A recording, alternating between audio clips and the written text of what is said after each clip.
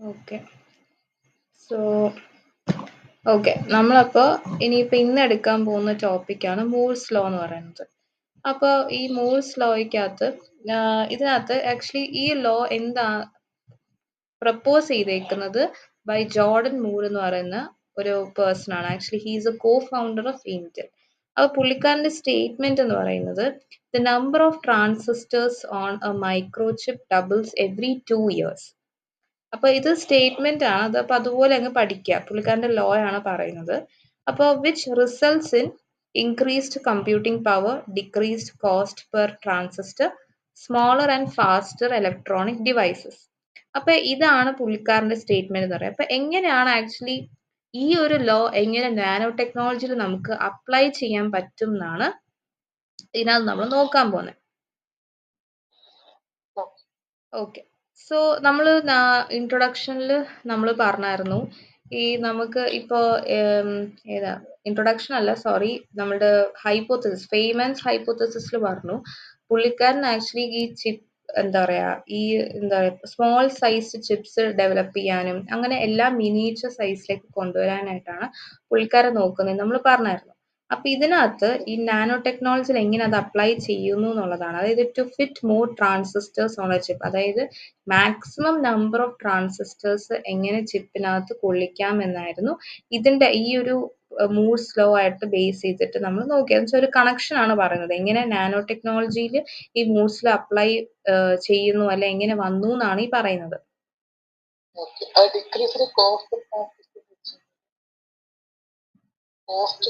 അതായത് നോക്ക്, പുള്ളിക്കാരന്റെ സ്റ്റേറ്റ്മെന്റ് ആണ് പറയുന്നത് the number of transistors on A micro chip. Micro എന്ന് പറയുമ്പോൾ ചെറിയ ചിപ്പിനകത്ത് നമ്മൾ എത്ര ട്രാൻസിസ്റ്റേഴ്സ് കൊള്ളിക്കുന്നു അത് എപ്പോഴും 2 വർഷം കൂടുമ്പോഴത്തേക്ക് അത് ഡബിൾ ആകും.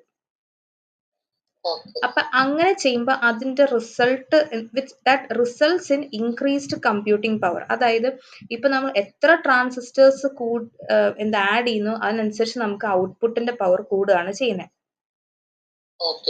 പിന്നെ ഡിക്രീസ്ഡ് കോസ്റ്റ് പെർ ട്രാൻസിസ്റ്റർ, അതായത് ഒരു ട്രാൻസിസ്റ്ററിന്റെ കോസ്റ്റ് വെച്ച് നമ്മൾ നോക്കുമ്പോൾ അതിന്റെ കോസ്റ്റ് റെഡ്യൂസ് ആയിക്കൊണ്ടാണ് വരുന്നത്. പിന്നെ smaller and faster electronic devices. Okay. പിന്നെ വരുന്നത് ഓക്കെ. അപ്പോൾ ഇതിന്റെ ആപ്ലിക്കേഷൻ ആണ് പറയുന്നത്. അതായത് traditional scaling methods, shrinking silicon based transistor. അപ്പൊ ഇതിനകത്ത് ആക്ച്വലി യൂസ് ചെയ്യുന്നത് സിലിക്കൺ ബേസ്ഡ് ട്രാൻസിസ്റ്റേഴ്സ് ആണ് യൂസ് ചെയ്യുന്നത്. പക്ഷെ ഈ സിലിക്കൺ ബേസ്ഡ് യൂസ് ചെയ്യുമ്പോൾ നമുക്ക് കുറച്ച് ലിമിറ്റേഷൻസ് ഉണ്ട്. ആ ലിമിറ്റേഷൻസ് ആണ് ഈ കൊടുത്തേക്കുന്നത്. അവർ ഹീറ്റ് ജനറേറ്റ് ചെയ്യും, ക്വാണ്ടം ടണലിംഗ്, മെറ്റീരിയൽ ലിമിറ്റേഷൻസ്. അതായത് നമ്മളിപ്പോ ഒരു ചെറിയ സ്ഥലത്ത് നമ്മൾ കുറേ സാധനം ഇങ്ങനെ തിങ്ങി നിറച്ചു കഴിയുമ്പോഴത്തേക്കും അവിടെ ഹീറ്റ് ജനറേറ്റ് ചെയ്യും അല്ലേ? ഇപ്പൊ നമ്മളാണെങ്കിലും ഒരു ചെറിയൊരു സ്പേസിൽ, അതായത് ഇപ്പൊ ഒരു 10 പേർക്ക് നിൽക്കാൻ പറ്റുന്ന സ്പേസിലേക്ക് ഒരു 15 പേരോ അല്ലെങ്കിൽ 20 പേരോ വന്ന് നിന്ന് കഴിഞ്ഞാൽ അവിടെ ഭയങ്കര കൺജസ്റ്റഡ് ആയിട്ടല്ലേ നിൽക്കുക. അപ്പൊ നമുക്ക് ഒരു എന്താ ബ്രീത് ചെയ്യാൻ ഒരു സ്പേസ് കാണത്തില്ല. ഭയങ്കര അവിടെ ഒരു ഹീറ്റ് പ്രൊഡ്യൂസ് ചെയ്യും. അപ്പൊ അതുപോലെ തന്നെയാണ് നമ്മൾ ഈ ട്രാൻസിസ്റ്റേഴ്സ് ഒരു ചിപ്പിനകത്ത് നമ്മൾക്ക് കൊള്ളിക്കാൻ അതായത് കൊള്ളിക്കാൻ പറ്റുന്ന ഒരു മാക്സിമം ഒരു ലിമിറ്റ് ഉണ്ടാവും. അപ്പൊ അതിൽ നമ്മൾ കൂടുതൽ ഇത് ചെയ്യുമ്പോഴത്തേക്കും അവിടെ ഹീറ്റ് പ്രൊഡ്യൂസ് ആവും.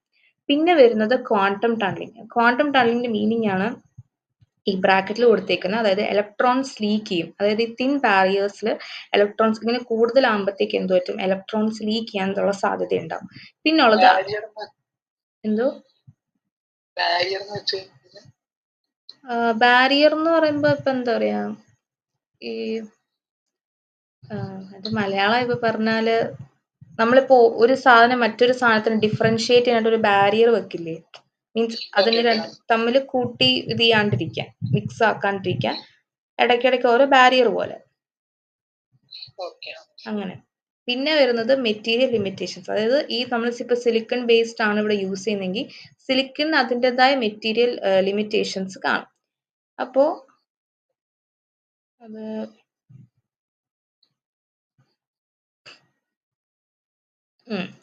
അപ്പോൾ അതാണ് ഈ മൂഴ്സ് ലോയിലെ മെയിൻ ചാലഞ്ചസ് ആയിരുന്നു നമ്മൾ പറഞ്ഞത്. അപ്പോൾ ഈ ബാരിയേഴ്സ്, അപ്പോൾ these barriers can be overcomed by alternative approach. അതാണ് 2D മെറ്റീരിയൽസ്. അതായത് നമുക്ക് ഈ സിലിക്കൺ ബേസ്ഡിന് പകരം ആ ഒരു ലിമിറ്റേഷൻസ്, അതായത് ഹീറ്റ് പ്രൊഡ്യൂസ് ചെയ്യുന്നതും ഇലക്ട്രോൺസ് ലീക്ക് ആവുന്നതും മെറ്റീരിയൽസിന്റെ ലിമിറ്റേഷൻസും, അപ്പോൾ ഇതൊക്കെ നമുക്കതൊരു നെഗറ്റീവ് ഇമ്പാക്റ്റ് ആയിരുന്നു ഇതിനകത്ത് തരുന്നത്. അപ്പൊ അതിനെ നമുക്ക് ഓവർകം ചെയ്യാൻ വേണ്ടിയിട്ട് നമ്മൾ ഇവിടെ യൂസ് ചെയ്താണ് ഈ 2D മെറ്റീരിയൽസ്. അതായത് ഗ്രഫീൻ, കാർബൺ നാനോ ട്യൂബ്സ്, ഇവരൊക്കെ ആയിരുന്നു അതിന് പകരമായിട്ട്, അതിനൊരു സൊല്യൂഷൻ ആയിട്ട് യൂസ് ചെയ്തുകൊണ്ടിരുന്നത്. ഓക്കെ, അത് ഇത്രയേ ഉള്ളൂ മൂഴ്സ് ലോനെ പറ്റിയിട്ട് ഉള്ളത്. പിന്നെ ഇനി നമ്മൾ അടുത്തൊരു സെക്ഷൻ ആണ് നോക്കാൻ പോകുന്നത്. അതായത് classification of nano materials based on dimensions and based on origin. Okay, ഇന്ന് ഞാൻ ഗ്രൂപ്പിൽ ഇട്ടില്ലായിരുന്നോ? അത് നോക്കിയായിരുന്നോ? ഓക്കെ. അപ്പൊ നമ്മള് ഇനിയിപ്പം ടെക്സ്റ്റ് അടുത്തില്ലേ? ഓക്കെ, സോ നമ്മൾ ഇനിയിപ്പോൾ അടുത്ത് നോക്കാൻ പോകുന്നതാണ് ക്ലാസിഫിക്കേഷൻ ഓഫ് നാനോ മെറ്റീരിയൽസ്. അതായത് നമുക്ക് നാനോ മെറ്റീരിയൽസിനെ രണ്ട് രീതിയിൽ ക്ലാസിഫൈ ചെയ്യാം. ഒന്ന് അതിന്റെ ബേസിസ് ഓഫ് ഡൈമെൻഷനിൽ ഇത് ചെയ്യാം, പിന്നെ അതിന്റെ ബേസിസ് ഓഫ് ഒറിജിൻ. അപ്പൊ നമ്മൾ ഫസ്റ്റ് നോക്കാൻ പോകുന്നത് ബേസ്ഡ് ഓൺ ഡൈമെൻഷൻസ് ആണ്. അപ്പൊ ഇതിനെ പറ്റി വല്ലതും കേട്ടിട്ടുണ്ടോ? അതെ. അപ്പൊ എത്ര ക്ലാസിഫിക്കേഷൻ ഉണ്ട് നാനോ മെറ്റീരിയൽസിൽ? ഓക്കെ, അപ്പൊ ഏതൊക്കെയാ അത്?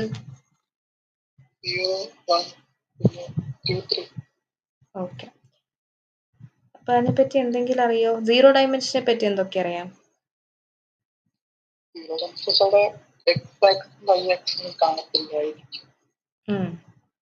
പിന്നെ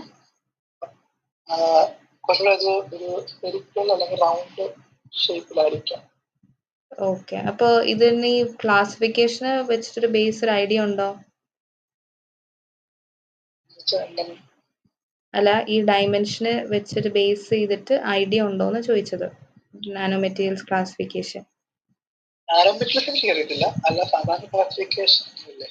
ഓക്കെ ഓക്കെ, അപ്പോൾ ഈ പറഞ്ഞ മാതിരി നമുക്ക് 4 ഡിവിഷൻസ് ഉണ്ട്. അതായത് 0 ഡയമെൻഷൻ ഉണ്ട്, 1 ഉണ്ട്, 2 ഉണ്ട്, 3 ഡയമെൻഷൻസ് ഉണ്ട്. അപ്പൊ ഈ നാനോ മെറ്റീരിയൽസും ഈ സെയിം ഡയമെൻഷൻസിൽ പല രീതിയിൽ പല മെറ്റീരിയൽസ് ആയിട്ട് അവർ എക്സിബിറ്റ് ചെയ്യുന്നുണ്ട്. അപ്പൊ ഫസ്റ്റ് നമ്മൾ നോക്കാൻ പോകുന്നത് 0 ഡയമെൻഷൻ. അപ്പൊ 0 ഡയമെൻഷൻ എന്നുള്ള ഈ പറഞ്ഞ മാതിരി നമുക്ക് ഇപ്പൊ X axis, Y axis, Z axis ഒന്നും ഇല്ല നമുക്ക്. അപ്പൊ അതായത് they are actually very small, ഭയങ്കര തിൻ ആയിട്ടുള്ള ഒരു ഡയമെൻഷൻ ആണ് ഈ 0 ഡയമെൻഷൻ എന്ന് പറയുന്നത്. അവർ അൾട്രാ തിൻ സൈസ് ആയിരിക്കും ഉള്ളത്. അപ്പൊ അവർ എങ്ങനെയാണ് അതിന്റെ അപ്പിയറൻസ് വരുന്നത്? ഒന്നെങ്കിൽ സ്ഫെറിക്കൽ ഷേപ്പ്, അല്ലെങ്കിൽ ഒരു ക്വാസി സ്ഫെറിക്കൽ ഇൻ ഷേപ്പ്, അങ്ങനെയൊക്കെ ആയിരിക്കും വരുന്നത്. പിന്നെ അതിന്റെ ഒരു പ്രോപ്പർട്ടി വരുന്നതാണ് അവർക്ക് high surface area to volume ratio കൂടുതലായിരിക്കും. അപ്പൊ ഈ surface area to volume ratio കൂടുതൽ എന്ന് വെച്ചാൽ എന്താ അർത്ഥം?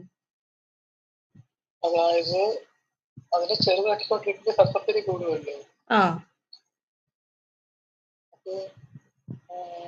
ഓക്കെ, അപ്പൊ അതിന്റെ പ്രത്യേകത എന്താ? അപ്പൊ അങ്ങനെ സർഫസ് ഏരിയ കൂടുന്നതും വോളിയം കുറവും സർഫസ് ഏരിയ കൂടുന്നതും തമ്മിൽ എന്താ ബന്ധം? എന്താ?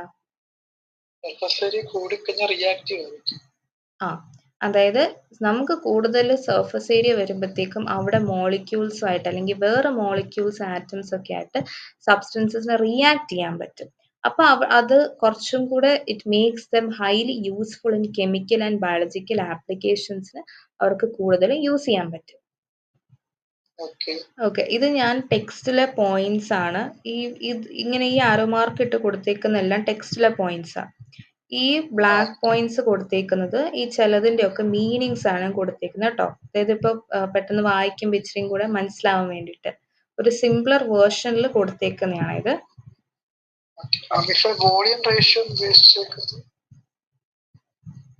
അതായത് സർഫസ് ടു വോളിയം റേഷ്യോ, അതായത് നമ്മൾ സർഫസും വോളിയം കൂടെ കമ്പയർ ചെയ്യുന്ന, അതായത് അപ്പൊ സർഫസിനായിരിക്കും കൂടുതൽ വരുന്നത്. Large surface to volume ratio, volume കുറവും സർഫസ്. ഇപ്പൊ നമ്മളൊരു നാനോ മെറ്റീരിയൽ നമ്മൾ എടുക്കുക, ഇപ്പൊ ഞാൻ ഒരു മെറ്റീരിയൽ എടുക്കുമ്പോൾ അതിന് സർഫസ് ഏരിയ കൂടുതലാണ്, വോളിയത്തിന് ആ മെറ്റീരിയലിന്റെ വോളിയത്തിനേക്കാളും കൂടുതൽ എനിക്ക് അതിന്റെ സർഫസ് ഏരിയ ആണ് ഉള്ളത്.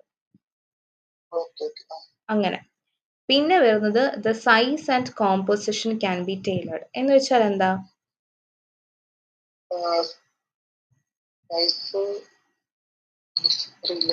ഓക്കെ, അതായത് ഇപ്പൊ നാനോ മെറ്റീരിയൽസിന് നമ്മൾ പല സൈസും ഉണ്ട്, അതിന് പല കോമ്പോസിഷനും ഉണ്ട് നാനോ മെറ്റീരിയൽസ് അല്ലേ? അപ്പൊ നമുക്കെന്ന് വെച്ചാൽ സയന്റിസ്റ്റുകാർക്ക് അത് ചേഞ്ച് ചെയ്യാൻ പറ്റും. നാനോ മെറ്റീരിയൽസിന്റെ സൈസും കോമ്പോസിഷൻസും നമുക്ക് അവർക്ക് ചേഞ്ച് ചെയ്യാൻ പറ്റും. അതായത് ഇപ്പൊ നമ്മളായിട്ട് ക്രിയേറ്റ് ചെയ്യുന്ന ഒരു നാനോ മെറ്റീരിയൽസ് ആണെങ്കിൽ അവർക്ക് അതിനെ എന്താ ആ അതായത് ഓരോ ആപ്ലിക്കേഷൻ അനുസരിച്ചിട്ട് അവർക്ക് അതിന്റെ സൈസും കോമ്പോസിഷൻസും മാറ്റാൻ പറ്റും. അപ്പോ നോക്കിക്കേ, ഇതൊന്ന് പോയിന്റ്സ് വായിച്ചിട്ട് ആക്ച്വലി ഇത് മനസ്സിലാവുണ്ടോന്ന് പറയണം കേട്ടോ. അതായത് by changing the size and material of these nanomaterials we can control the color and brightness of the light they show off. അതായത് ഇപ്പൊ നമ്മൾ പറഞ്ഞല്ലോ പല റേഞ്ചിലുള്ള സൈസിലുള്ള നാനോ മെറ്റീരിയൽസ് കാണും. അപ്പോൾ ഓരോ പാർട്ടിക്കിൾസും ഓരോ പാർട്ടിക്കിൾസും യു വി ലൈറ്റ് അതായത് ഇപ്പൊ നമ്മൾ നേച്ചറിലേക്ക് വരുമ്പോഴത്തേക്ക് ഒബ്വിയസ്ലി ആ മെറ്റീരിയൽസ് എല്ലാം ഈ എന്താ പറയാ ലൈറ്റിനെ അബ്സോർബ് ചെയ്യുന്നവരാ അല്ലേ? അപ്പൊ ഇവര് ലൈറ്റിനെ അബ്സോർബ് ചെയ്യുമ്പോഴത്തേക്കും ഇതിന്റെ കളർ ചേഞ്ച് വരും. അതായത് അവർ അബ്സോർബ് ചെയ്തിട്ട് തിരിച്ച് എമിറ്റ് ചെയ്യുന്നത് വേറൊരു കളറിലേക്കായിരിക്കും വരുന്നത്. അപ്പൊ അതാണ് പറയുന്നത് അവരുടെ കളറും ബ്രൈറ്റ്നെസ്സും നമുക്ക് കൺട്രോൾ ചെയ്യാൻ പറ്റും.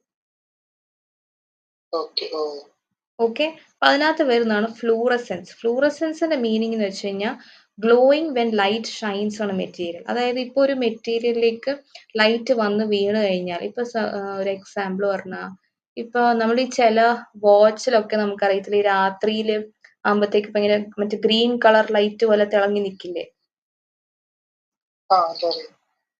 അതെന്ന് വെച്ചാൽ അതൊരു സ്പെസിഫിക് ടൈമിലായിരിക്കും നമുക്ക് ആ ഒരു അത്രയും ഗ്ലോ പോലെ കാണാൻ പറ്റുന്നത്. ഫ്ലൂറസെൻസ് എന്ന് പറയുമ്പോഴത്തേക്കും ആ ഒരു ടൈം പീരീഡിന് മാത്രമേ ഉള്ളൂ. അതായത് ഇപ്പൊ അവര് ആ ഒരു സപ്പോസ് ഒരു മെറ്റീരിയൽ എ അത് അബ്സോർബ് ചെയ്തു, യു വി ലൈറ്റിനെ അബ്സോർബ് ചെയ്തു, അത് തിരിച്ച് എമിറ്റ് ചെയ്യുമ്പോഴത്തേക്കും നമ്മൾ കാണുമ്പോഴത്തേക്കും അത് ഇപ്പൊ സപ്പോസ് അത് റെഡ് കളർ ആണ് കാണിക്കുന്നെങ്കിൽ അത് ആ ഒരു മെറ്റീരിയലിന്റെ ആ ഒരു സൈസിന് അത് എത്രയാണോ ആ മെറ്റീരിയലിന് സൈസ് ഉള്ളത് അവർ റെഡ് കളർ ആയിരിക്കും പ്രോസസ് ചെയ്യുന്നത്. പക്ഷെ ആ സെയിം മെറ്റീരിയൽ തന്നെ നമ്മൾ വേറൊരു സൈസ് റേഞ്ചിൽ എടുക്കുകയാണെങ്കിൽ ചിലപ്പോൾ ബ്ലൂവോ അല്ലെങ്കിൽ യെല്ലോ അല്ലെങ്കിൽ വേറെ എന്തെങ്കിലും കളർ ആയിരിക്കും അത് എക്സിബിറ്റ് ചെയ്യുന്നത്. അപ്പൊ അത് ബേസ്ഡ് ഓൺ അതിന്റെ സൈസ് അനുസരിച്ചിട്ടാണ് അവരുടെ കളേഴ്സ് ചേഞ്ച് ആവുന്നത്. പിന്നെ നമ്മൾ അതിന്റെ മെറ്റീരിയൽ കോമ്പോസിഷൻ മാറ്റുക. കോമ്പോസിഷൻ എന്ന് വെച്ച് കഴിഞ്ഞാൽ ഇപ്പോൾ ആ ഒരു മെറ്റീരിയലിനകത്ത് അടങ്ങിയിരിക്കുന്ന എന്താ വേറെ മെറ്റീരിയൽസ്, അതായത് നമ്മളിപ്പോൾ ഒരു സാധനം ഉണ്ടാക്കുമ്പോൾ നമ്മൾ പല മെറ്റീരിയൽസ് ഒക്കെ ഉപയോഗിച്ചിട്ടല്ല ആ ഒരു മെറ്റീരിയൽ ഉണ്ടാവുന്നത്, ഫൈനൽ പ്രൊഡക്റ്റ് ഉണ്ടാവുന്നത്. അപ്പൊ അതാണ് പറയുന്നത് കോമ്പോസിഷൻ എന്ന് പറയുന്നത്. അപ്പൊ ഏതെങ്കിലും നമ്മളൊരു കോമ്പോസിഷൻ മാറ്റിയാലും അതിന്റെ ലൈറ്റ് എമിറ്റ് ചെയ്യുന്നതിന് വ്യത്യാസം വരും. ഓക്കെ, പിന്നെ അതിന്റെ എക്സാമ്പിൾസ് ആണ് പറയുന്നത് കാർബൺ ഡോട്ട്സ്. അതായത് അത് 0 ഡയമെൻഷനാണ് കാർബൺ ഡോട്ട്സ് എന്ന് പറയുന്നത്. അപ്പൊ കാർബൺ ഡോട്ട്സ് യൂസ് ചെയ്യുന്നത് they are actually safe to use inside the living organism for drug delivery and imaging purpose. അതായത് 0 ഡയമെൻഷനിലെ ഒരു എക്സാമ്പിൾ ആണ് കാർബൺ ഡോട്ട്സ്. ഈ കാർബൺ ഡോട്ട്സിനെ നമുക്ക് ഈ ലിവിങ് ഓർഗാനിസത്തിലേക്ക് എങ്ങനെ യൂസ്ഫുൾ ആക്കാൻ പറ്റും എന്നുള്ള രീതിയിൽ അതിനെ നമുക്ക് മാനുഫാക്ചർ അല്ല, കുറച്ചും കൂടെ അതിനെ ആ രീതിയിലേക്ക് അതിനെ സിന്തസൈസ് ചെയ്ത് നമുക്ക് എടുക്കാൻ പറ്റും, യൂസ് ചെയ്യാൻ പറ്റും. പിന്നെ വരുന്നതാണ് അതിന്റെ വേറൊരു ക്യാരക്ടറിസ്റ്റിക്സ്. അതായത് ആക്ച്വലി ഇതിന്റെ തന്നെ പോയിന്റ്സ് ആട്ടോ. അതായത് these nano materials have special optical electronic characteristics എന്ന് പറഞ്ഞ് കൊടുത്തിട്ടില്ലേ, അതിന്റെ സബ് പോയിന്റ്സ് ആണ് ഇത്. ഈ ഫോട്ടോലും അത് ആക്ച്വലി എഡിറ്റ് ചെയ്ത സമയത്ത് ഇതായിപ്പോരാ. ഫോട്ടോലൂമിനസെൻസ്, പ്ലാസ്മൻ റെസൊണൻസും കണ്ടക്ടിവിറ്റിയും, ഈ മൂന്നും ആക്ച്വലി ഈ പോയിന്റിന്റെ അണ്ടറിൽ വരുന്നതാണ്.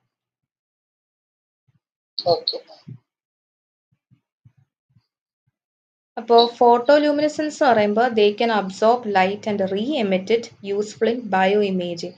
അതായത് നമുക്കിപ്പോൾ ഈ മെഡിക്കൽ ഇതിൽ യൂസ് ചെയ്യുന്നതാണ് ഈ ബയോ ഇമേജിങ് പേർപ്പസിനൊക്കെ നമുക്ക് ഫോട്ടോലൂമിനസെൻസ് യൂസ് ചെയ്യാൻ പറ്റും. അതായത് ഈ എന്തോ റീ എമിറ്റ് എന്ന് വെച്ച് കഴിഞ്ഞാൽ അതിനെ തിരിച്ച് എമിറ്റ് ചെയ്യാൻ പറ്റും. മനസ്സിലായോ? അതായത്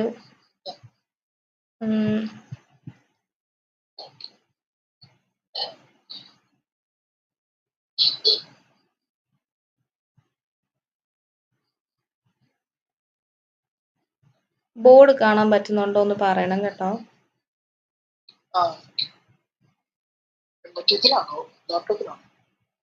ലാപ്പില്.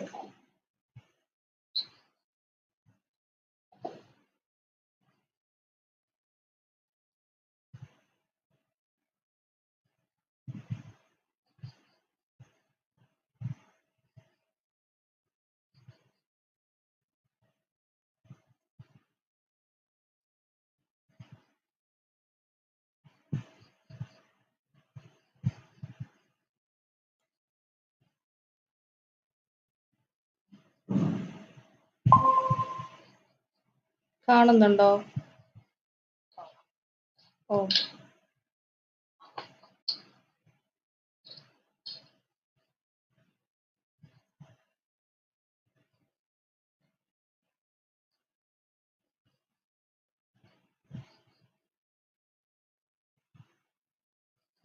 ഓക്കെ, അതായത് ഇപ്പൊ നമുക്ക് 2 എനർജി ലെവൽസ് ഉണ്ട്. ഓക്കെ.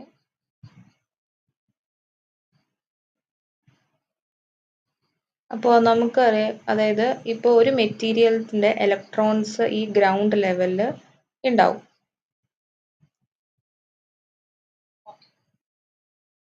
ഓക്കെ, അതായത്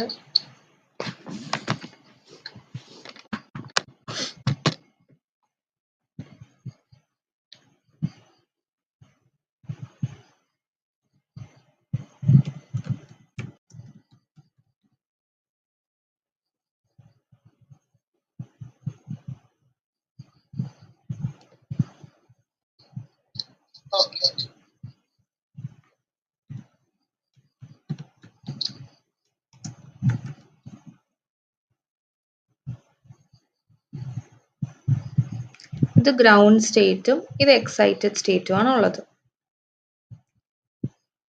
ഓക്കെ,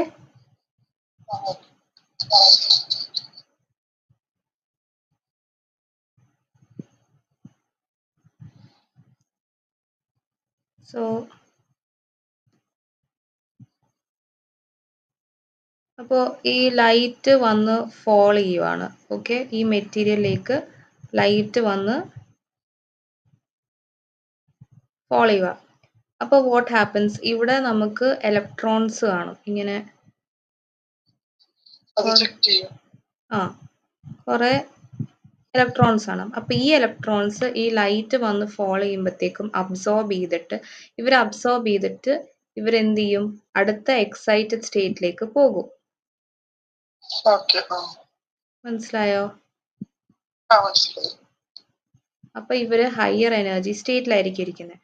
പക്ഷെ ഈ ഒരു സ്റ്റേറ്റിൽ അവർ ആക്ച്വലി എന്താ, അൺസ്റ്റേബിൾ ആയിരിക്കും, അല്ലേ? അവരപ്പോ അൺസ്റ്റേബിൾ ആയിരിക്കും. അപ്പൊ എന്ത് ചെയ്യും, അൺസ്റ്റേബിൾ ആയതുകൊണ്ട് അവരെപ്പോഴും അൺസ്റ്റേബിൾ പൊസിഷനിൽ നിൽക്കില്ല. അപ്പൊ അവർക്ക് സ്റ്റേബിൾ പൊസിഷനിലോട്ടാണ് വരേണ്ടത്. അപ്പൊ അവരെന്ത് ചെയ്യും, ഇതിനെ അവര് തിരിച്ച് എമിറ്റ് ചെയ്യും. മനസ്സിലായോ? അതായത് ഇത് തിരിച്ച് ഈ ഗ്രൗണ്ട് സ്റ്റേറ്റിലേക്ക് അവർ തിരിച്ചു വരും. അതെ. അപ്പൊ ഇതിനെ ആക്ച്വലി ഈ ഒരു പ്രോസസ്സിനെയാണ് നമ്മൾ ആക്ച്വലി ഫ്ലൂറസെൻസ് എന്ന് പറയുന്നത്. മനസ്സിലായോ? ഇതിനെയാണ് ആക്ച്വലി ഫ്ലൂറസെൻസ് എന്ന് പറയുന്നത്. അതായത് നമ്മളിപ്പോ ഒരു ലൈറ്റ് കൊടുത്തു, ആ ലൈറ്റ് കൊടുത്തിട്ട് ഗ്രൗണ്ട് സ്റ്റേറ്റിലുള്ള ഇലക്ട്രോൺസ് അവർ ഹയർ എനർജി കിട്ടി, അവർ ഹയർ എക്സൈറ്റഡ് സ്റ്റേറ്റിലേക്ക് പോയി. പക്ഷെ എക്സൈറ്റഡ് സ്റ്റേറ്റിൽ ഇവര് അവിടെ എന്തായിരിക്കും, അൺസ്റ്റേബിൾ ആയിരിക്കും. അപ്പൊ അവര് തിരിച്ച് അതിനെ എമിറ്റ് ചെയ്യും. അപ്പൊ അവർ തിരിച്ച് എമിറ്റ് ചെയ്തിട്ട് അവർ ഗ്രൗണ്ട് സ്റ്റേറ്റിലേക്ക് വരും. അപ്പൊ അതിനെ നമ്മൾ ഫ്ലൂറസെൻസ് എന്നാണ് പറയുന്നത്. ആ ഒരു പ്രോസസ്സിനെ ഫ്ലൂറസെൻസ് എന്ന് പറയും. അതായത് നമ്മളിപ്പോ ഈ ഒരു ലൈറ്റ് നമ്മൾ കൊടുക്കുന്ന ലൈറ്റ്, നമ്മളിപ്പോ സപ്പോസ് ആ ലൈറ്റ് അപ്പൊ തന്നെ നിന്നു പോയെന്ന് വിചാരിക്കുക. അപ്പൊ ഈ ഫ്ലൂറസെൻസ് എന്ന് പറയുമ്പോഴത്തേക്കും അവിടെ ആ സമയത്ത് ആ ലൈറ്റ് അപ്പൊ തന്നെ അത് ഓഫ് ആയി പോകും. അതായത് ഇപ്പൊ ഓഫ് ആയി പോകുന്ന വെച്ചാൽ ഞാൻ അതൊരു കൊളോക്കിയൽ മീനിങ്ങിൽ പറഞ്ഞതാട്ടോ. അതായത് ഇപ്പൊ ഞാൻ ഈ ഒരു ലൈറ്റ് ഇവിടുത്തെ ലൈറ്റ് ഓഫ് ആയി കഴിഞ്ഞാൽ ഇതിപ്പോ കത്തിക്കൊണ്ട് നിൽക്കുക. ഫ്ലൂറസെൻസ് എനിക്കിപ്പോൾ ആ ലൈറ്റ് കാണാം. പക്ഷെ പെട്ടെന്ന് അതിന്റെ സോഴ്സ് ഈ ഒരു സോഴ്സ് ഞാൻ സ്റ്റോപ്പ് ചെയ്ത് കഴിഞ്ഞാൽ ഈ ഫ്ലൂറസെൻസിന്റെ ലൈറ്റ് കാണാൻ പറ്റില്ല. മനസ്സിലായോ? പക്ഷെ അതേസമയം ചില ഇതെന്ന് വെച്ച് കഴിഞ്ഞാൽ അവരെന്താ ചെയ്യുന്നതെന്ന് വെച്ചാൽ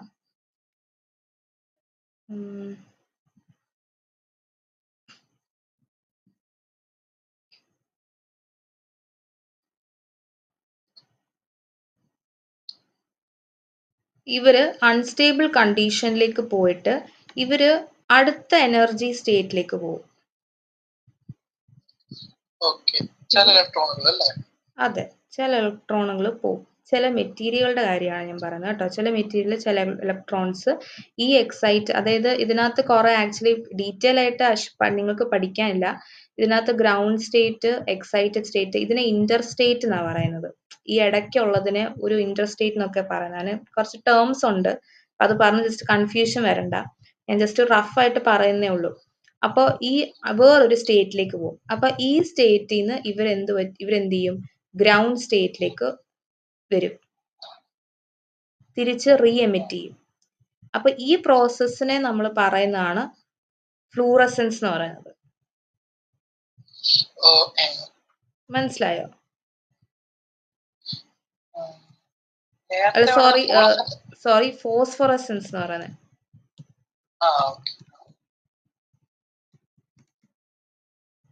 ഇവരെ പറയുന്നതാണ് ഫോസ്ഫറസെൻസ് എന്ന് പറയുന്നത്. ഓക്കെ, ഇടയ്ക്കുള്ള ലെവലിൽ വന്നിട്ട് അവിടുന്ന് ഗ്രൗണ്ട് സ്റ്റേറ്റിലേക്ക് തിരിച്ചു പോകും അല്ലേ? അതെ, അതിനെ അപ്പൊ ഫോസ്ഫറസെൻസ് എന്നാണ് പറയുന്നത്.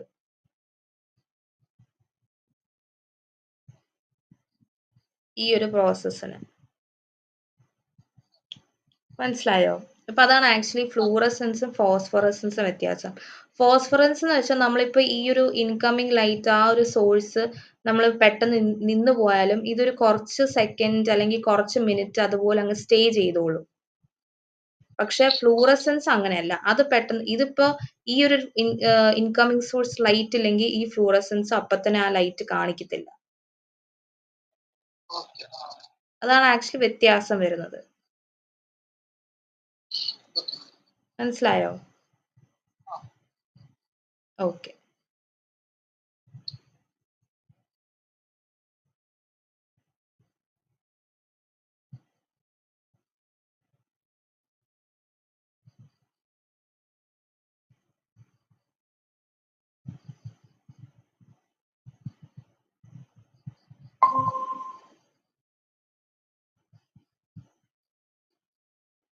ഓക്കെ, അപ്പോൾ അടുത്തത്, അപ്പൊ അതാണ് ഈ ഫോട്ടോ ലൂമിനസെൻസ് നമ്മൾ പറയുന്നത്. ആ ഫോട്ടോ ലൂമിനസെൻസിനകത്ത് വരുന്നതാണ് ഈ ഫ്ലൂറസെൻസ്, ഫോസ്ഫറസെൻസ് ഒക്കെ പറയുന്നത്.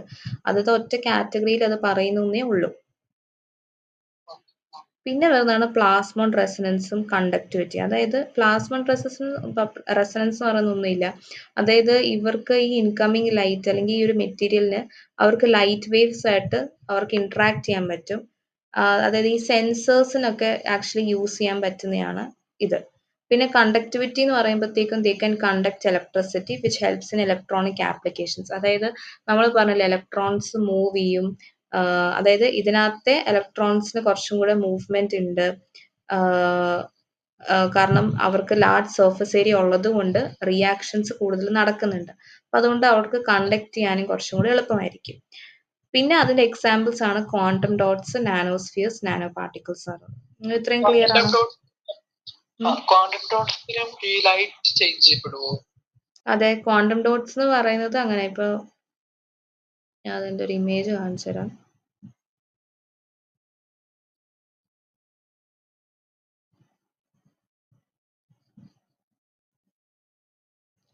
ആക്ച്വലി ഇമേജ് ഇതിനകത്തൊന്നും അപ്ലോഡ് ചെയ്യാനുള്ള ഒരു ടൈം കിട്ടിയില്ല കേട്ടോ.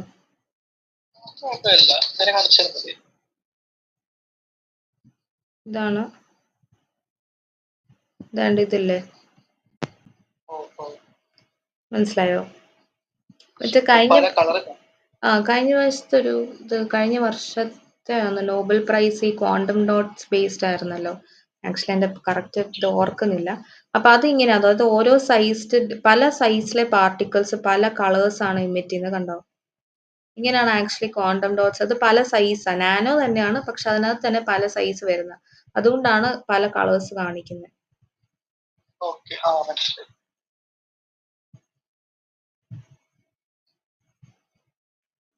ഓക്കെ.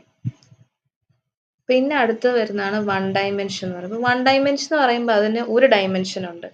അപ്പൊ അതായത് they R long and thin structures ആയിരിക്കും. ഇവർക്കും എന്താ ഉള്ളത്? ഹൈ സർഫസ് ഏരിയ ഉണ്ട്. അവരും പല പ്രോപ്പർട്ടീസും അവർ എക്സിബിറ്റ് ചെയ്യുന്നുണ്ട്. അതായത് എനർജി സ്റ്റോറേജ് പർപ്പസിനും ഇലക്ട്രോണിക്സിനും ഒക്കെ അവർ യൂസ് ചെയ്യുന്നുണ്ട്.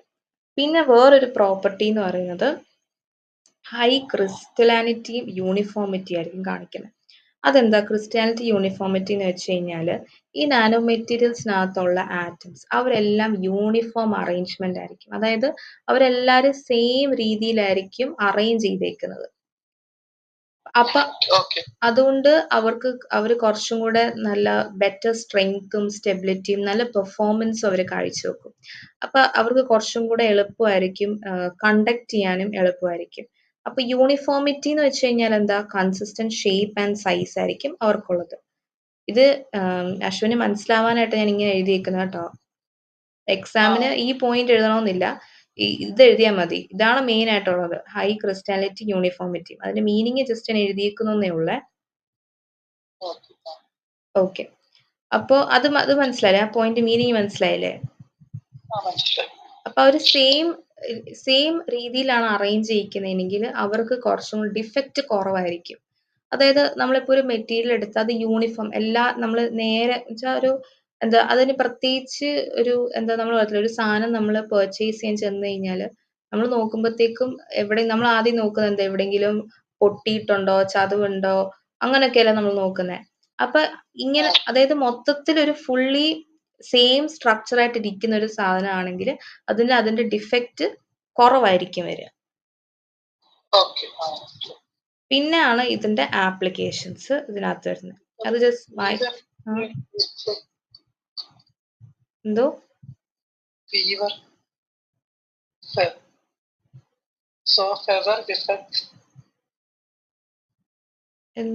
ഈ പോയിന്റ് ആണോ ഉദ്ദേശിച്ചത്? So fewer defects are detected, hence they give better. അതെ. അതായത് അവർ ഇപ്പൊ റെഗുലർ നല്ല കറക്റ്റ് രീതിയിലാണ് അവർ അറേഞ്ച് ചെയ്തേക്കുന്നതെങ്കിൽ മീൻസ് എല്ലാം correct order, correct shape, same shape size, അല്ലാതെ ഇപ്പൊ ഒന്ന് റൗണ്ട്, ഒന്ന് റെക്റ്റാങ്കിൾ, ട്രയാങ്കിൾ അങ്ങനത്തെ ഷേപ്പിലൊന്നും അല്ലാണ്ട് എല്ലാം സെയിം രീതിയിലാണ് യൂണിഫോം റോഡ് ലൈക്ക് സ്ട്രക്ചേഴ്സ് തന്നെ ആയിട്ടാണ് നിൽക്കുന്നതെങ്കിൽ അവരിൽ കാണപ്പെടുന്ന ഡിഫക്റ്റുകൾ കുറവായിരിക്കും എന്നാണ് പറയുന്നത്. പിന്നെ വരുന്നത് അതിന്റെ ആപ്ലിക്കേഷൻസ് ആണ്. Example nano tubes, nano rods, അതൊക്കെയാണ് വരുന്നത്. ഓക്കെ. പിന്നെ അടുത്തത് വരുന്നതാണ് 2 ഡയമെൻഷൻ. അപ്പൊ 2 ഡയമെൻഷൻ എന്ന് പറയുമ്പോൾ അഗൈൻ അവരും ultra thin sheet like structures ആണ് ഈ 2 ഡയമെൻഷൻ എന്ന് പറയുന്നത്. അപ്പൊ അതിങ്ങനെ ഓർത്താൽ മതി. 2 ഡയമെൻഷൻ ഇപ്പോൾ A4 സൈസ് ഷീറ്റ് നോക്കിക്കഴിഞ്ഞാൽ നമുക്കറിയാം അതിന് ഒരു എക്സ് ആക്സിസും ഉണ്ട്, ഒരു വൈ ആക്സിസും ഉണ്ട് അല്ലേ? അതായത് ലെങ്ത്തും ഉണ്ട്, ബ്രെഡ്ത്തും ഉണ്ട്. അങ്ങനെ ഓർത്താൽ മതി. അപ്പൊ 2 ഡയമെൻഷൻ ജസ്റ്റ് ഓർക്കാൻ വേണ്ടി ഒന്ന് പറഞ്ഞേ ഉള്ളേ. അപ്പൊ അവർക്കും എന്താ ഉള്ളത്? ഹൈ സർഫസ് ഏരിയ ഉണ്ട് ഡ്യൂ ടു തിന്നസ്. കാരണം അത്രയും ഭയങ്കര തിന്നായിട്ടാണ് ഇരിക്കുന്നത്. അപ്പൊ ഏറ്റവും സൈസ് കുറവും തിൻ മെറ്റീരിയലിന് ഒക്കെ എന്താ ഉള്ളത്? ഹൈ സർഫസ് ഏരിയ ആണ് ഉള്ളത്. പിന്നെ അവർക്ക് വ്യത്യാസം എന്ന് പറയുമ്പോഴത്തേക്കും ദേ behave differently from there bulk versions. അത് നമ്മൾ ആദ്യം തുടക്കത്തിലേ പറഞ്ഞായിരുന്നല്ലോ. അതായത് ഇപ്പോൾ നമ്മൾ ഒരു സാധനത്തിന്റെ ബൾക്ക് വേർഷൻ എടുത്തു കഴിഞ്ഞാൽ അതിന്റെ നാനോ സൈസ് എടുത്താലും ബൾക്ക് വേർഷനും നാനോ വേർഷനും രണ്ട് പ്രോപ്പർട്ടീസ് ആയിരിക്കും കാണിക്കുന്നത് അല്ലേ? അതാണ് പറയുന്നത്. അപ്പൊ they can be strong good conductors of electricity and heat, അതാണ് പറയുന്നത്. പിന്നെ വരുന്നത് അതിന്റെ ആപ്ലിക്കേഷൻസ് ആണ് വരുന്നത്. Medical treatments, energy applications, catalyst, flexible electronics, അതൊക്കെയാണ് വരുന്നത്. എന്താ? ഫ്ലെക്സിബിൾ ഇലക്ട്രോണിക്സിന്റെ ആപ്ലിക്കേഷന്റെ bracket flexible electronics bendable display sensors, അതായത് ഈ ബെൻഡ് ചെയ്യാൻ പറ്റുന്ന സംഭവമില്ലേ, ബെൻഡ് ഓക്കെ അങ്ങനത്തെ ആ സംഭവം ഉദ്ദേശിച്ചത്. അതിപ്പോ ബ്രാക്കറ്റില് ഇതായിട്ട് നോക്കണമെന്നില്ല കേട്ടോ, ഈ മെയിൻ പോയിന്റ്സ് ജസ്റ്റ് ഇങ്ങനെ നോക്കിയാൽ മതി. ഇതിപ്പോ കാറ്റലിസ്റ്റ് എന്തിനാ യൂസ് ചെയ്യുന്നത്? നമ്മുടെ കെമിക്കൽ റിയാക്ഷൻസ് സ്പീഡ് അപ്പ് ചെയ്യാനാണ് നമ്മൾ കാറ്റലിസ്റ്റ് യൂസ് ചെയ്യുന്നത്. അങ്ങനെ. പിന്നെ ഈ എനർജി ആപ്ലിക്കേഷൻസ് എന്ന് പറയുമ്പോൾ അതിനകത്ത് എവിടെ വരുന്നു എന്നുള്ളത്, ബാറ്ററി, സോളാർ സെൽസ്, ഇതിലൊക്കെയാണ് എനർജി ആപ്ലിക്കേഷൻസ് മീൻ ചെയ്യുന്നത്. അതാണ് ബ്രാക്കറ്റിൽ ഇട്ടേക്കുന്നത്. പിന്നെ എക്സാമ്പിൾസ് ഗ്രഫീനും TMDSഉം. അതിന്റെ full form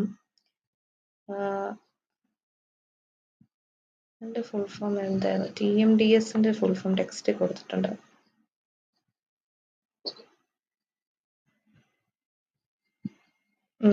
transition metal dye കാലോജനൈറ്റ്സ് ആണ് TMDS എന്ന് പറയുന്നത്. പിന്നെ ഉള്ളത് അതിന്റെ എക്സാമ്പിൾസ് ആണ് വരുന്നത്. പിന്നെ ആപ്ലിക്കേഷൻസ് നമ്മൾ പറഞ്ഞു. അതിന്റെ എക്സാമ്പിൾസ് എന്തൊക്കെയായിരുന്നു? Graphene TMDS examples. ഇത് അത്രേ ഉള്ളൂ 2 ഡയമെൻഷനെ പറ്റിയിട്ടുള്ളത്. പിന്നെ വരുന്നത് 3 ഡയമെൻഷനിൽ. 3 ഡയമെൻഷനിൽ നമ്മൾ ബൾക്ക് നാനോ മെറ്റീരിയൽസ് ആണ് പറയുന്നത്. കാരണം അതിനകത്ത് എക്സ് ആക്സിസ് ഉണ്ട്, വൈ ആക്സിസ് ഉണ്ട്, ഇസഡ് ആക്സിസും ഉണ്ട്. അപ്പൊ അവര് മറ്റേ സാധാ 2Dനെ പോലെ ഫ്ലാറ്റ് ഷീറ്റ് അങ്ങനത്തെ അല്ല, അവര് സോളിഡ് കോംപ്ലക്സ് സ്ട്രക്ചേഴ്സ് ആണ് 3 ഡയമെൻഷനുകാർക്കുള്ളത്. അപ്പൊ അവരുടെ ഫോം, അവരുടെ ടൈപ്പ് എന്ന് പറയുന്നത് nano particle form, nanosphere, nano cubes, ഈ ഒരു ഫോമിലേക്കായിരിക്കും 3 ഡയമെൻഷണൽ രീതിയിൽ അവർ വരുന്നത്.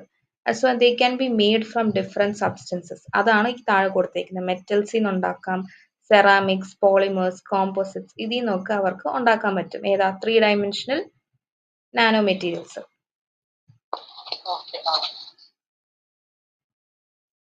പിന്നെ അതിന്റെ ആപ്ലിക്കേഷൻസ് ആണ് ഞാൻ ഇതിനകത്ത് ജസ്റ്റ് ഫോർ റെഫറൻസ് കൊടുത്തേക്കുന്നത് വെച്ചാൽ ഇത് ഇങ്ങനെ എക്സാമിന് ഇത്രയും ഡീറ്റെയിൽ ആയിട്ട് എഴുതണ്ട കേട്ടോ.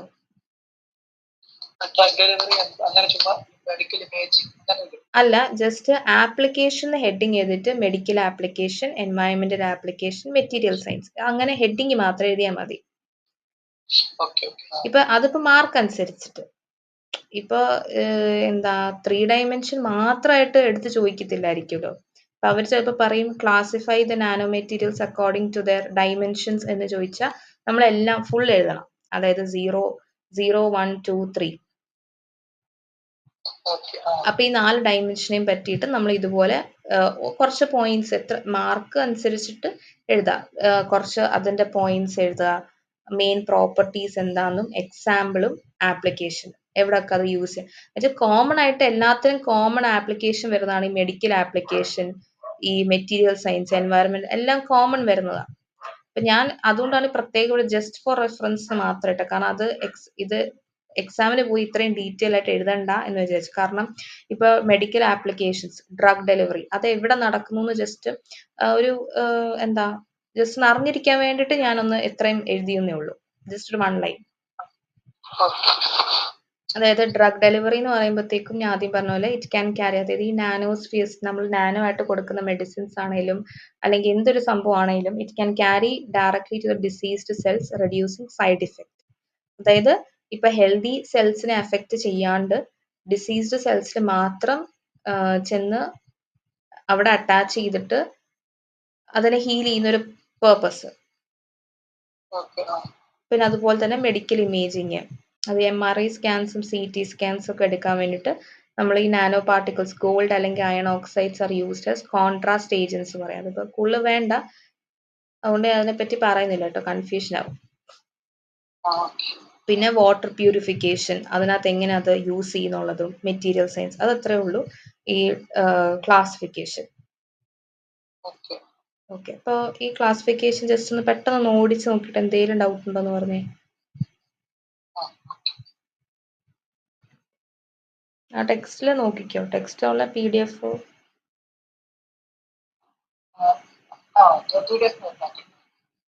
മതിയോ?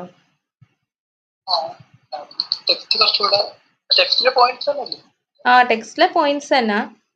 ഞാൻ അതിനകത്ത് ഇപ്പൊ ചിലപ്പോ അശ്വിന് ചില വേർഡ്സും കാര്യങ്ങളൊന്നും മനസ്സിലാവില്ലല്ലോ, ഞാൻ അതിനെ പ്രത്യേക മീനിങ് ആയിട്ട് ഇങ്ങനെ സബായിട്ട് എഴുതിയേക്കുന്നത്. ഓക്കെ ആ ഇപ്പൊ എക്സാമിന് ഇപ്പൊ നമുക്ക് ഒന്നും പോയിന്റ് ഒന്നും കിട്ടിയില്ലെങ്കിൽ ഇതൊക്കെ ഓർത്ത് കഴിഞ്ഞ് അങ്ങ് എക്സ്പ്ലെയിൻ ചെയ്ത് അങ്ങ് എഴുതിയാൽ മതി. ആ ഓക്കെ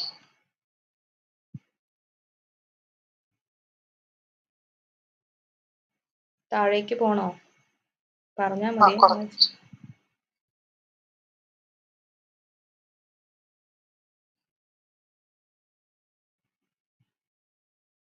ഓക്കെ ആ 1 ഡയമെൻഷൻ എവിടെ എത്തിക്കും? ഉം.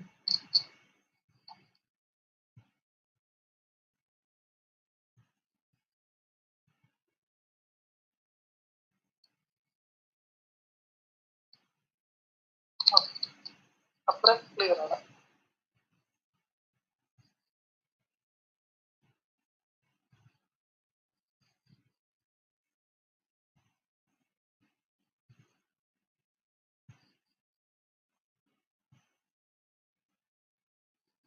ഓക്കെ 3 ഡയമെൻഷനിൽ ക്ലിയർ ആണോ?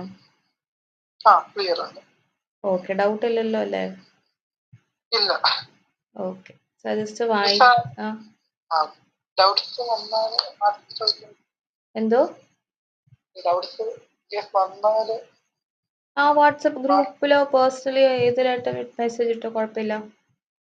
ആ ഓക്കെ എപ്പോൾ വേണേലും മെസ്സേജ് ഇട്ടോ കുഴപ്പമില്ല കേട്ടോ. ഞാൻ കാണുമ്പോൾ ഞാൻ അതിന് റിപ്ലൈ തരാം. ഓക്കെ ഓക്കെ, ഇനിയിപ്പോൾ നമ്മളപ്പോൾ ഡയമെൻഷൻസ് ബേസ് ചെയ്ത് ക്ലാസിഫിക്കേഷൻ കഴിഞ്ഞു. ഇനിയിപ്പോൾ ഇതാണത് കേട്ടോ. ഫിഗർ നോക്കിക്കോ. ഫുള്ളറീൻ, കാർബൺ നാനോ ട്യൂബ്, ഗ്രഫീനും ഗ്രഫൈറ്റും ഓരോ എക്സാമ്പിൾസ്. മാറിപ്പോവല്ലോ കേട്ടോ. അതോ ഏതൊക്കെയാണെന്ന് ചിലപ്പോൾ എനിക്ക് തന്നെ മാറിപ്പോവാറുണ്ട്. ഓക്കെ ഒന്നോ രണ്ടോ എക്സാമ്പിൾസ് ഓരോ ക്ലാസിഫിക്കേഷൻസിൽ പഠിക്കുന്നത് നല്ലതാണ്. ഓക്കെ, പിന്നെ അടുത്തതാണ് classification of nano materials based on there origin എന്ന് പറയുന്നത്. അതായത് അവരുടെ എങ്ങനെ വന്നു എന്നുള്ളത്. അപ്പം അങ്ങനെ അതിൻ്റെ 3 ടൈപ്സ് ഉണ്ട്. അതായത് നാച്ചുറൽ ഉണ്ട്, മാൻമെയ്ഡ് ഉണ്ട്, അതായത് മാൻമെയ്ഡ് എന്ന് ഉദ്ദേശിക്കുന്ന എഞ്ചിനീയർഡ് ഉണ്ട്, പിന്നെ ഉള്ളത് ഇൻസിഡന്റൽ ഉണ്ട്. അപ്പോൾ ഇപ്പൊ പേരിൽ തന്നെ ഉണ്ടല്ലോ നാച്ചുറൽ നാനോ മെറ്റീരിയൽസ്. എന്തായിരിക്കും? പ്രകൃതിയിലുള്ള അതെ, അതായത് നമ്മള് പ്രത്യേകിച്ച് നമ്മള് വേറെ സയന്റിസ്റ്റുമാര് വേറെ ഉണ്ടാക്കുന്നൊന്നുമില്ല. നാച്ചുറലി കിട്ടുന്ന സംഭവം അതാണ് എന്ത്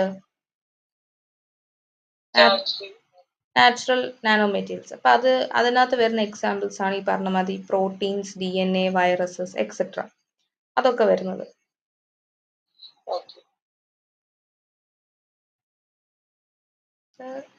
ഒത്തിരി അങ്ങനെയായിട്ടൊന്നും ഇല്ല. പിന്നെ പ്ലാന്റ്സ് ആൻഡ് ആനിമൽസിൽ അതെങ്ങനെ കാണപ്പെടുന്നു എന്നുള്ളതാണ്. അതായത് some plants and animals also produce natural nano materials അവർ പ്രൊഡ്യൂസ് ചെയ്യുന്നുണ്ട്. അതായത് ഇപ്പോൾ super strong structure, spider silk, അല്ലെങ്കിൽ shiny colourful surfaces on butterfly wings, അതൊക്കെ ഒരു നാനോ മെറ്റീരിയൽ സ്ട്രക്ചേഴ്സ് വെച്ചിട്ട് അങ്ങനെ ഫോം ആകുന്നു എന്നുള്ള ഒരു ഇതേ ഉള്ളൂ. ഓക്കെ, പിന്നെ അടുത്തതാണ് മാൻമെയ്ഡ് നാനോ മെറ്റീരിയൽസ്. അതെന്തായിരിക്കും? മനുഷ്യനിർമ്മിതമായ. അതെ, മാൻമെയ്ഡ് ആയിട്ടുള്ള നാനോ മെറ്റീരിയൽസിനെയാണ് പറയുന്നത്. അപ്പോൾ ഇതൊക്കെ ഡിസൈൻ ചെയ്തേക്കുന്ന ലാബിലായിരിക്കും ചെയ്യുന്നത് ടു ഹാവ് സ്പെസിഫിക് പ്രോപ്പർട്ടീസ് അല്ലെങ്കിൽ ടു പെർഫോം സ്പെഷ്യൽ ടാസ്ക്. അതായത് ഇപ്പം നമുക്ക് എന്തെങ്കിലും ഒരു പേർപ്പസിന് നമുക്ക് നാനോ മെറ്റീരിയൽസിന്റെ ആവശ്യമുണ്ട്.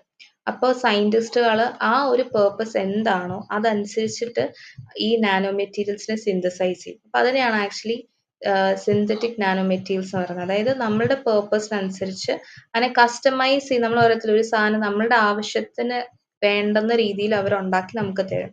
അപ്പൊ അതിനാണ് കസ്റ്റമൈസ്ഡ് രീതിയിലായിരിക്കും ഈ നാനോ മെറ്റീരിയൽസ് ഉണ്ടാകുന്നത്. അപ്പൊ അതിന്റെ എക്സാമ്പിൾസ്, അതായത് ഇവര് നാനോ സ്കെയിലായിരിക്കും ഉണ്ടാകുന്നത് and they behave differently from their bulk form. അതായത് ബൾക്കിൽ എങ്ങനെ ആയിരിക്കോ ആ രീതിയിലായിരിക്കില്ല അവർ നാനോ ഒരു റേഞ്ചിലേക്ക് നമ്മളിപ്പോൾ സാധനത്തിനെ കൊണ്ടുവരുമ്പോൾ. അപ്പൊ അതിന്റെ എക്സാമ്പിൾ ആണ് ഇപ്പൊ ഈ പറയുന്നത് ഗോൾഡ് നാനോ പാർട്ടിക്കിൾസ്. അപ്പൊ അവരെന്ന് പറഞ്ഞു കഴിഞ്ഞാല് നമ്മൾ ഗോൾഡ് നാനോ എന്ന് പറയുമ്പോൾ നമുക്ക് മനസ്സിൽ ആദ്യം വരുന്ന ഒരു കളർ എന്താ? ഗോൾഡ് എന്ന് പറയുമ്പോൾ യെല്ലോ കളർ. പക്ഷെ നമ്മൾ അതിന്റെ നാനോ സ്കെയിലിലേക്ക് കൊണ്ടുവരുമ്പോഴത്തേക്കും അവരൊന്നെങ്കിൽ റെഡ് അല്ലെങ്കിൽ പേർപ്പിൾ രീതിയിലായിരിക്കും കാണിക്കുന്നത്. കാരണം എന്തുകൊണ്ടാണ്? ലൈറ്റിന്റെ ഇന്ററാക്ഷൻ കാരണം പല കളേഴ്സ് അവർ കാണിക്കുന്നു എന്നുള്ളത്. പിന്നെ ഈ പറഞ്ഞ മാതിരി അടുത്ത ഒരു ഇതാണ് സിൽവർ നാനോ പാർട്ടിക്കിൾസ്.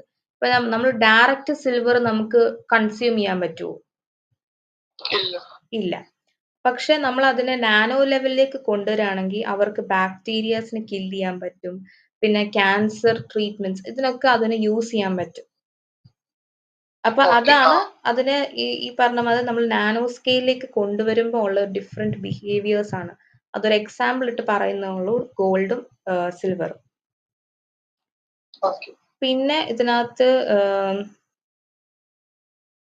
വരുന്ന എക്സാമ്പിൾസ്, അതായത് അല്ലാത്ത വേറെ എക്സാമ്പിൾസ് ആണ് ഈ പറഞ്ഞ പോലെ carbon nano tubes, quantum dots, graphene, nano composites എന്നൊക്കെ പറയുന്നത്. അതായത് നാനോ കോമ്പോസിറ്റ്സ് എന്നൊക്കെ പറഞ്ഞു കഴിഞ്ഞാൽ ഈ materials where nano particles are അതായത് നമ്മൾ നാനോ പാർട്ടിക്കിൾസും വേറെ സബ്സ്റ്റൻസും കൂടി മിക്സ് ചെയ്യുമ്പോൾ ഫോം ചെയ്യുന്ന ഒരു സംഭവം, അതിനെയാണ് നാനോ കമ്പോസിറ്റ്സ് എന്ന് പറയുന്നത്. അപ്പോൾ നമുക്ക് നാനോ മെറ്റീരിയലും കൂടി നമ്മൾ ഇൻക്ലൂഡ് ചെയ്യുമ്പോഴത്തേക്ക് എന്ത് പറ്റും, നാനോന്റെ കുറെ പ്രോപ്പർട്ടീസ് ഉണ്ടല്ലേ, അതായത് അതിന് നല്ല സ്ട്രെങ്ത് ആയിരിക്കും, നല്ല കണ്ടക്ടിവിറ്റി ആയിരിക്കും. അപ്പൊ അതൊക്കെ കുറച്ചും കൂടെ എന്താ ഇൻകൾക്കേറ്റ് ചെയ്യാൻ പറ്റും ആ ഒരു കോമ്പോസിറ്റ്സിൽ.